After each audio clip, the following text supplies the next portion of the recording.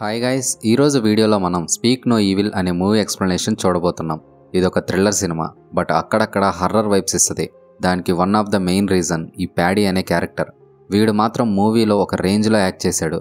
మీరు ఈ మూవీని చూడాలి అనుకుంటే ప్రైమ్ వీడియోలో, జియో సినిమాలో, G5లో అవైలబుల్గా ఉంది, చూసేసేయండి. అండ్ వీడియోలోకి వెళ్ళబోయే ముందు మీ అందరికీ చిన్న రిక్వెస్ట్ గైస్, మీరు ఈ వీడియో అంతా చూసేశాక మీకు కానీ మా ఎక్స్ప్లెనేషన్ నచ్చినట్లయితే ప్లీజ్ వీడియోని తప్పకుండా లైక్ చేసి మీలాగే మూవీ ఎక్స్ప్లెనేషన్స్ వినే మీ ఫ్రెండ్కి కానీ మీ ఫ్యామిలీ మెంబర్కి కానీ మన వీడియోని షేర్ చేయండి. అండ్ ఛానల్ని సబ్స్క్రైబ్ చేసుకోవడం మాత్రం అస్సలు మర్చిపోవద్దు. ఇంకా లేట్ చేయకుండా మనం మూవీలోకి వెళ్ళిపోదాం. ఓపెన్ చేస్తే బెన్ తన ఫ్యామిలీతో ఇటలీ వెకేషన్కి వెళ్తాడు. బెన్ వైఫ్ పేరు లూయిస్ అండ్ వీళ్ళకి 11 ఏళ్ల కూతురు కూడా ఉంటుంది. తన పేరు యాగ్నెస్. యాగ్నెస్కి 12 సంవత్సరాలు వస్తున్నా కూడా తను ఎమోషనల్ సపోర్ట్కి హాపీ అనే బొమ్మ మీద డిపెండ్ అవుతుంటుంది. ఆ బొమ్మ అంటే యాగ్నెస్కి చాలా ఇష్టం. ఒక రకంగా చెప్పాలి అంటే ఆ బొమ్మకి అడిక్ట్ అయి ఉంటుంది. అది కానీ లేకపోతే ఇక గోలగోల చేసే టైప్ అనమాట. బెన్ ఫ్యామిలీ దిగిన రిసార్ట్కే ప్యాడీ తన ఫ్యామిలీతో వస్తాడు. ప్యాడీ వైఫ్ పేరు సియారా. వీళ్ళకు ఒక కొడుకు కూడా ఉంటాడు. వాడి పేరు యాంట్. పాపం వాడు మాట్లాడలేడు. ఈ ప్యాడీగాడు మాత్రం ఒక విచిత్రమైన క్యారెక్టర్. వీడిని చూస్తున్న ప్రతిసారి ఏ క్షణం ఏం చేస్తాడో పెద్ద సైకోలాగా ఉన్నాడు అని ఒక రకమైన భయం పుట్టించేలాగా బిహేవ్ చేస్తుంటాడు. బెన్ తన ఫ్యామిలీతో జాలీగా తిరుగుదామని బయటకు వెళ్ళినప్పుడు యాగ్నెస్ తన బొమ్మని పోగొట్టుకుంటుంది. ఈ పిల్ల గురించి తెలిసిందేగా, తన బొమ్మ పోయిందని ఇక ఏడవడం మొదలుపెట్టింది. సరేలే అని బెన్ ఆ బొమ్మ కోసం వెతకడం ప్రారంభిస్తాడు. వాళ్ళు ఇంతకుముందు ఏ ప్రదేశాలకు వెళ్లారో ఆ ప్రదేశాలన్నీ చూస్తుంటాడు. చాలాసేపు బెన్ బొమ్మ కోసం వెతికి అది దొరకకపోవడంతో తిరిగి లూయిస్ దగ్గరికి వస్తాడు. తను వచ్చే సమయానికి లూయిస్ అండ్ తన కూతురి దగ్గర ప్యాడీ తన ఫ్యామిలీతో ఉంటాడు. అండ్ పోయిన యాగ్నెస్ బొమ్మని కూడా వాళ్ళు తనకు తెచ్చిస్తారు. ఇక్కడ నుంచి వీళ్ళ మధ్య కొంచెం పరిచయం పెరిగి 2 ఫ్యామిలీస్ కలిసి తినడానికి వెళ్తారు. ఆ తినే దగ్గర ప్యాడీ తనకు డాక్టర్ అని వాళ్ళకు పరిచయం చేసుకుంటాడు. అండ్ తన కొడుకు పెద్దగా మాట్లాడకపోవడానికి రీజన్ మిగిలిన మనుషుల్లాగా కాకుండా తన కొడుక్కి నాలుక పుట్టుకతోనే చిన్నగా వచ్చిందని చెప్తాడు. కట్ చేస్తే వెకేషన్ పూర్తయిన తర్వాత 2 ఫ్యామిలీస్ వాళ్ళ ఇళ్లకు వెళ్ళిపోతారు. బెన్ తన కూతుర్ని నిద్రపుచ్చుతూ, నీకు 12 సంవత్సరాలు వస్తున్నాయి, నువ్వు ఇంకా బొమ్మ మీద డిపెండ్ అయితే ఎలా అని కాస్త హర్ట్ అయ్యేలాగా మాట్లాడతాడు. ఇక్కడ బెన్ ఉద్దేశం తనని హర్ట్ చేయాలని కాదు, తను కొంచెం మెచ్యూర్గా థింక్ చేయాలని ఆలోచిస్తాడు. కట్ చేస్తే బెన్ అండ్ లూయిస్ వాళ్ళ అన్ఎంప్లాయ్మెంట్ లైఫ్ వల్ల కాస్త విసిగిపోయి ఉంటారు. లూయిస్ బెన్కి ప్యాడీ రాసిన లెటర్ని చూపిస్తుంది. ప్యాడీ ఆ లెటర్లో, కుదిరితే ఎప్పుడైనా సరదాగా మీ ఫ్యామిలీని తీసుకుని దేవంలో ఉన్న మా ఫామ్ హౌస్కి రమ్మని ఇన్వైట్ చేస్తాడు. బెన్ అక్కడికి వెళ్ళడానికి కాస్త ఇంట్రెస్ట్ చూపిస్తాడు. అండ్ బాగా విసిగిపోయిన వాళ్ళ లైఫ్లకి కాస్త రీఫ్రెష్మెంట్గా ఉంటుందని ఆలోచిస్తాడు. బట్ లూయిస్ మాత్రం మనకు అసలు ఆ ప్యాడీ ఫ్యామిలీ గురించి కానీ వాళ్ళ బిహేవియర్ గురించి కానీ పెద్దగా ఏం తెలీదు. కొన్ని రోజుల పరిచయానికే వాళ్ళని నమ్మి వాళ్ళ దగ్గరికి మనం ఎలా వెళ్ళగలం, అది రిస్క్ అని అంటది. బట్ బెన్ మాత్రం తనని కన్విన్స్ చేసి ఈ వీకెండ్కి మనం అక్కడికి వెళ్దాం, నీకు నాకు మన కూతురికి కొంచెం రీఫ్రెష్గా ఉంటుందని అంటాడు. కట్ చేస్తే బెన్ తన ఫ్యామిలీతో ప్యాడీ ఇంటికి వెళ్తాడు. వాళ్ళు కూడా బెన్ ఫ్యామిలీని చాలా హ్యాపీగా రిసీవ్ చేసుకుంటారు. ప్యాడీ ఒక బాతుని మంచిగా కుక్ చేసి ఒక మంచి పీస్ని లూయిస్కి ఇస్తూ తనని తినమంటాడు. కానీ తను వెజిటేరియన్. ఎప్పుడైనా ఒక ఫిష్ని తింటుంది తప్ప మిగిలిన ఎటువంటి నాన్ వెజ్ని తను తినదు. ఆ విషయాన్ని వెకేషన్లో ఉన్నప్పుడు తను ప్యాడీ ఫ్యామిలీతో కూడా షేర్ చేసుకుంటుంది. బట్ ప్యాడీ మాత్రం ఆ విషయం తనకు తెలిసినా సరే లూయిస్ని తినమని కొంచెం ఫోర్స్ చేస్తాడు. సరేలే వీడితో ఎందుకు వచ్చిన గొడవ అని మొహమాటానికి ఆ మీట్ని లూయిస్ నోట్లో పెట్టుకుంటుంది. బట్ ఎవరూ చూడని సమయంలో వెంటనే దాన్ని ఊసేస్తుంది. ఆ రోజు రాత్రి బెన్ చెత్తని ట్రాష్ బిన్లో వేయడానికి వెళ్ళగా ఆ టైంలో యాంట్ బెన్ వెనకాలే వెళ్ళి అక్కడికి వచ్చి నోరు తెరిచి తన నాలుకను చూపిస్తుంటాడు. కానీ యాంట్ ఎందుకు అలా చూపిస్తున్నాడని బెన్కి మాత్రం ఏం అర్థం కాదు. వెంటనే అక్కడికి ప్యాడీ వచ్చి తన కొడుకుని నిద్రపోవడానికి పిలుస్తాడు. సో ఇక యాంట్ అక్కడి నుంచి వెళ్ళిపోతాడు. నెక్స్ట్ డే అందరూ కలిసి హైకింగ్కి వెళ్తారు. అక్కడ యాగ్నెస్ ఉయ్యాల ఊగాలని చూస్తుంటే యాంట్ అడ్డంగా నిలబడి ఉంటాడు. యాగ్నెస్ తనని పక్కకు కదలమని అడిగినా కూడా యాంట్ అసలు ఏం రెస్పాండ్ అవ్వడు. కట్ చేస్తే ప్యాడీ అక్కడికి వచ్చి ముందు నార్మల్గానే యాంట్ని పక్కకు రమ్మంటాడు. బట్ వాడు రాకపోవడంతో గట్టిగా పక్కకు లాగుతాడు. లూయిస్కి మెడ బాగా నొప్పి వస్తుండడంతో కూల్ వాటర్లో కాసేపు స్పెండ్ చేస్తే అది న్యాచురల్ థెరపీలాగా యూజ్ అయ్యి మెడ నొప్పి పోతుందని ప్యాడీ అందరినీ ఒక పాండ్ దగ్గరికి తీసుకెళ్తాడు. ఇక అందరూ కాసేపు ఆ పాండ్లో ఎంజాయ్ చేస్తారు. అలా పాండ్లోకి దూకే టైంలో సియారా ఒంటి మీద ఉన్న కొన్ని దెబ్బలని లూయిస్ గమనించి వాటి గురించి అడుగుతుంది. దానికి సియారా, యాపిల్స్ కోసేటప్పుడు కొంచెం స్లిప్ అయ్యి కింద పడ్డాను, అందువల్ల నాకు దెబ్బలు తగిలాయని చెప్తుంది. కట్ చేస్తే ఇంకా అందరూ అక్కడి నుంచి ఇంటికి వచ్చేస్తారు. లూయిస్ తన కూతురి హెయిర్ని డ్రై చేద్దామని హెయిర్ డ్రైయర్ని ఆన్ చేయడంతో వెంటనే షార్ట్ సర్క్యూట్ అవుద్ది. కొంచెం ఉంటే యాగ్నెస్కి షాక్ కొట్టుండేదని లూయిస్ బాగా భయపడిపోతుంది. లూయిస్కి అసలు వాళ్ళ ఇంట్లో ఉండడం పెద్దగా నచ్చదు. అండ్ లూయిస్కి ఇచ్చిన బెడ్రూమ్లో కూడా బెడ్షీట్స్ అన్నీ మరకలతోటే ఉంటాయి. ఒక డాక్టర్ ఇంత డర్టీగా ఇంటిని మెయింటైన్ చేయడు అని తన డౌట్ అనమాట. అండ్ తనని నాన్ వెజ్ తినమని ఫోర్స్ చేయడం కూడా లూయిస్కి నచ్చదు. సరేలే ఎలాగూ వచ్చాం కదా, కొన్నిటికి అడ్జస్ట్ అవ్వాలి, ఇది ఫామ్ హౌస్ కదా అని బెన్ చెప్పడంతో తను అడ్జస్ట్ అవుతుంది. లూయిస్ బెన్తో అసలు నాకు ఇక్కడ ఏం నచ్చట్లేదు, కనీసం కొన్ని వస్తువులు కూడా లేవు, నాకు మెడ నొప్పి బాగా ఉందని చెప్పి ఇక్కడి నుంచి వెళ్ళిపోదామా అని మాట్లాడుతుండగా సియారా అక్కడికి వచ్చి డిన్నర్కి వేరే ప్లేస్కి వెళ్దామని చెప్తుంది. సో బెన్ వాళ్ళు కూడా నైట్ డిన్నర్కి రెడీ అవుతారు. కాకపోతే కేవలం మన నలుగురమే వెళ్దాం, పిల్లల్ని ఇంట్లోనే ఉంచుదామని అంటారు. పిల్లల్ని చూసుకోవడానికి ఒక బేబీ సిట్టర్ని కూడా అరేంజ్ చేస్తారు. సరేలే ఇద్దరు పిల్లలు ఇంట్లోనే ఉంటారు అని బెన్ అండ్ లూయిస్ వాళ్ళతో రెస్టారెంట్కి స్టార్ట్ అవుతారు. ప్యాడీ గాడి గురించి తెలిసిందేగా, వాడు కార్ని చాలా ర్యాష్గా డ్రైవ్ చేస్తూ వెళ్తాడు. వీడెక్కడ కార్ని చెట్టుకు గుద్దేస్తాడేమో అని లూయిస్ అండ్ బెన్కి కొంచెం భయం వేస్తుంటుంది. చివరికి వాళ్ళు ఒక ప్లెజెంట్ ప్లేస్లో ఉన్న రెస్టారెంట్కి రీచ్ అవుతారు. చుట్టూ నేచర్ సూపర్గా ఉంటుంది. బట్ అదేం రెస్టారెంటో ఏమో కానీ చుట్టుపక్కల అసలు ఏ పెద్ద ఇల్లులు ఉండవు, అసలు అక్కడ మనుషులు కూడా పెద్దగా కనిపించరు. మరోవైపు ఇంట్లో ఉన్న పిల్లలు బేబీ సిట్టర్తో హైడ్ అండ్ సీక్ గేమ్ ఆడుతుంటారు. ఆ టైంలో యాంట్ యాగ్నెస్కి ప్యాడీ యొక్క వాచ్ కలెక్షన్స్లో ఉన్న ఒక వాచ్ని చూపించి దాని వెనక రాసున్న దాన్ని చదవమంటాడు. యాంట్ మాట్లాడలేడు కదా, సో వాడేదో యాగ్నెస్కి చెప్పాలని ట్రై చేస్తూ ఆ వాచ్ని చూపిస్తాడు. బట్ ఆ వాచ్ వెనకాల డానిష్ భాషలో రాసి ఉంటుంది. యాగ్నెస్కి ఆ భాష అర్థం కాక ఏం చదవలేకపోతుంది. డిన్నర్కి వెళ్ళిన పేరెంట్స్ ఆ రాత్రికి అక్కడ డిన్నర్ చేసి కాసేపు సరదాగా టైం స్పెండ్ చేసి తిరిగి ఇంటికి రిటర్న్ అవుతారు. నిజానికి ఇక్కడ బిల్ని ప్యాడీ కట్టకుండా బెన్తో కట్టిస్తాడు. ఆ రోజు రాత్రి యాంట్ యాగ్నెస్కి తన ఒంటి మీద ఉన్న దెబ్బలను కూడా చూపిస్తాడు. అసలు నీకు ఈ దెబ్బలు ఎలా తగిలాయని యాగ్నెస్ కాస్త కంగారు పడుతూ అడుగుతుంది. కానీ ఈలోగా ఎవరో డోర్ ఓపెన్ చేస్తున్న శబ్దం వినిపించడంతో ఇద్దరు సైలెంట్గా పడుకుంటారు. డిన్నర్ ఫినిష్ చేసుకుని వచ్చిన లూయిస్ అండ్ సియారా డోర్ని ఓపెన్ చేసి పిల్లలు ఎలా ఉన్నారని చూసి వెళ్ళిపోతారు. కట్ చేస్తే ఆ రోజు తెల్లవారుజామున లూయిస్ యాగ్నెస్ని చూడడానికి తన రూమ్కి వెళ్తుంది. కానీ అక్కడ యాగ్నెస్ అండ్ యాంట్ ఇద్దరూ కనిపించరు. పిల్లలు ఎక్కడికి వెళ్లారని లూయిస్ కంగారుగా ఇల్లంతా వెతుకుతుంది. తీరా చూస్తే యాగ్నెస్ సియారా పక్కన పడుకుని ఉండడం కనిపిస్తుంది. ఇక లూయిస్కి కోపం వచ్చి సైలెంట్గా యాగ్నెస్ని తీసుకుని తన రూమ్కి వెళ్తుంది. బెన్ని నిద్రలేపి మనం వెంటనే ఇక్కడి నుంచి వెళ్ళిపోతున్నాం, వీళ్ళ పద్ధతి నాకేం నచ్చట్లేదని చెప్తుంది. ఇక ప్యాడీ అండ్ సియారా నిద్రలేవకముందే వీళ్ళు సైలెంట్గా రెడీ అయ్యి అక్కడి నుంచి వెళ్ళిపోతారు. కానీ కొంత దూరం వెళ్ళిన తర్వాత యాగ్నెస్ తన బొమ్మ కనిపించట్లేదని గోల చేయడం స్టార్ట్ చేస్తుంది. నేను కొత్త బొమ్మ కొనిస్తానని బెన్ చెప్పినా కూడా యాగ్నెస్ వినకుండా నాకు నా బొమ్మే కావాలని గొడవ చేస్తుంది. పిచ్చి పట్టిన దానిలాగా చేతుల్ని గట్టిగా గీక్కోవడం, అలానే బెన్ కూర్చున్న సీట్ని గట్టిగా తనడం చేస్తుంటుంది. ఆ టైంలో వీళ్ళు ఒక లారీ యాక్సిడెంట్ నుంచి జస్ట్ మిస్లో తప్పించుకుంటారు. యాగ్నెస్ చేసే గోలకి దారి మధ్యలో ఇంకెన్ని యాక్సిడెంట్స్ అవుతాయో అని సైలెంట్గా వెళ్ళి తొందరగా బొమ్మని తెచ్చుకుందామని బెన్ కార్ని వెనక్కి తిప్పుతాడు. నాకు తెలిసినంత వరకు కార్ని వాడు వెనక్కి తిప్పడమే వాడు చేసే పెద్ద మిస్టేక్. తిరిగి మళ్ళీ వాళ్ళు ప్యాడీ ఇంటి దగ్గరికి చేరుకుంటారు. ఫస్ట్ బెన్ బొమ్మ కోసం ఇంట్లోకి వెళ్తాడు. కానీ తను తిరిగి రాకపోవడంతో వెంటనే లూయిస్ కూడా వెళ్తుంది. బాయ్ కూడా చెప్పకుండా వెళ్ళినందుకు ప్యాడీ చాలా కోప్పడి అసలు ఎందుకు చెప్పకుండా వెళ్ళిపోయారని అడుగుతాడు. బెన్ ఏవేవో రీజన్స్ చెప్తాడు కానీ లూయిస్ మాత్రం మీరు సగం సగం బట్టలు వేసుకుని నా కూతుర్ని మీతో పడుకోబెట్టుకోవడం నాకు అసలు నచ్చలేదు, అందుకే వెళ్ళిపోతున్నామని చెప్తుంది. అప్పుడు సియారా మాట్లాడుతూ నాకింతకుముందు ఒక పాప పుట్టి చనిపోయింది, నా లైఫ్లో ఆ వెళితే అలానే ఉండిపోయి చాలా బాధను మిగిల్చింది. నిన్న రాత్రి యాగ్నెస్ నిన్ను చాలాసార్లు పిలిచినా నువ్వు పలకలేదు, అందుకే తనని కూతురులాగా నా దగ్గర పడుకోబెట్టుకున్నానని బాధపడుతూ సారీ చెప్తుంది. అది విన్న బెన్ అండ్ లూయిస్ అరే వీళ్ళని తప్పుగా అర్థం చేసుకున్నామే అని సారీ చెప్తారు. అందరూ ఓపెన్గా మాట్లాడేసుకున్నారు కదా, సో అందరూ కూల్ అయిపోతారు. కట్ చేస్తే ప్యాడీ బెన్ని ఫాక్స్ హంటింగ్కి తీసుకెళ్తాడు. లూయిస్ అండ్ సియారా ఇంటి దగ్గర పిల్లల్ని చూసుకుంటుంటారు. ఆ టైంలో యాంట్ యాగ్నెస్కి పేపర్ మీద ఏదో రాసిస్తాడు. కానీ అది డానిష్ లాంగ్వేజ్లో ఉండడంతో యాగ్నెస్కి అసలు ఏం అర్థం కాదు. అండ్ యాంట్ యాగ్నెస్తో ఏదో చెప్పడానికి ట్రై చేస్తుంటే సియారా వెంటనే వాళ్ళ దగ్గరికి వస్తుంటుంది. సియారా రావడాన్ని గమనించిన యాంట్ వెంటనే ఆ పేపర్ని నమిలి మింగేస్తాడు. ఆ తర్వాత యాగ్నెస్ జరిగిన విషయాన్ని లూయిస్తో చెప్తుంది. బట్ లూయిస్ ఆ విషయాన్ని అంత సీరియస్గా తీసుకోదు. మొదటి నుంచి యాంట్ కొంచెం విచిత్రంగానే ఉన్నాడు కదా, సో అతని బిహేవియర్ని నువ్వు పెద్దగా పట్టించుకోవద్దు, అతనితో చాలా మంచిగా ఉండు అని చెప్తుంది.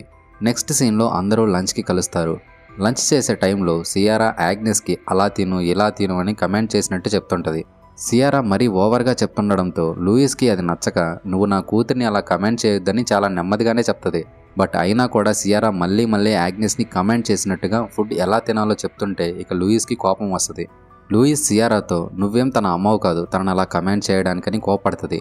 ప్యాడీ మధ్యలో కలగజేసుకుని సియారాతో లూయిస్కి యాగ్నెస్కి సారీ చెప్పిస్తాడు. అండ్ లూయిస్ ఓవర్గా రియాక్ట్ అయిందని తనని కూడా సియారాకి సారీ చెప్పమన్నట్లు కొట్టేటట్లు చూస్తాడు. వీడితో ఎందుకులే అనుకుని లూయిస్ కూడా సియారాకి సారీ చెప్తుంది. బట్ ఇంటికి వచ్చినప్పటి నుంచి కూడా వాళ్ళ బిహేవియర్ లూయిస్కి అసలు నచ్చదనమాట. కట్ చేస్తే యాగ్నెస్ అండ్ యాంట్ ఒక పాటకి డ్యాన్స్ వేయడం స్టార్ట్ చేస్తారు. కానీ యాంట్ రిథమ్కి తగ్గట్టుగా డ్యాన్స్ వేయట్లేదని ప్యాడీ యాంట్ మీద కోపడతాడు. మళ్ళీ మళ్ళీ సాంగ్ని పెట్టి సరిగా డ్యాన్స్ వేయమని బాగా కోప్పడుతూ గట్టిగా అరుస్తాడు. ప్యాడీ అలా బిహేవ్ చేయడంతో బెన్ అండ్ లూయిస్ చాలా అన్కంఫర్టబుల్గా ఫీల్ అయ్యి, వాడు చిన్నపిల్లాడు, వాడిని ఎందుకు అలా అరుస్తావు, వాడు బాగానే డ్యాన్స్ చేస్తున్నాడు కదా, పిల్లలతో అలా మాట్లాడకూడదని అంటారు. అప్పుడు ప్యాడీ వాళ్ళిద్దరితో, మీరేం యాంటీకి పేరెంట్స్ కాదు, మీరెందుకు వాడిని సపోర్ట్ చేస్తున్నట్టు మాట్లాడతారని క్రిటిసైజ్ చేస్తాడు. నిజానికి ఇంతకు ముందు సియారా యాగ్నెస్కి ఫుడ్ తినడం గురించి కమెంట్ చేయడంతో లూయిస్ సియారా మీద కోపడింది కదా, సో దానికి రివెంజ్గా అన్నట్లు ప్యాడీ ఇలా బిహేవ్ చేస్తాడు. ఆ విషయం లూయిస్కి అర్థమై ఇక వెంటనే ఇక్కడి నుంచి వెళ్ళిపోదామని బెన్తో అంటది. కట్ చేస్తే ప్యాడీ లంచ్లో బాగా తాగుంటాడు, సో వెళ్ళి నిద్రపోతాడు. అప్పుడు యాంట్ ప్యాడీ దగ్గరికి వెళ్ళి అతన్ని కదిలించకుండా అతని ప్యాంట్కి ఉన్న కీ చైన్ని తీసుకుంటాడు.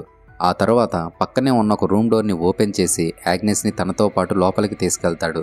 ఆ రూమ్ లోపల అండర్ గ్రౌండ్కి ఒక ఎంట్రన్స్ ఉంటుంది. యాంట్ యాగ్నెస్ని ఆ అండర్ గ్రౌండ్ రూమ్లోకి తీసుకెళ్తాడు. తీరా చూస్తే లోపల చాలా ఫ్యామిలీస్కి సంబంధించిన మొబైల్ ఫోన్స్, వస్తువులు, ఆ ఫ్యామిలీస్తో దిగిన ఫొటోస్ అన్నీ అక్కడ ఉంటాయి.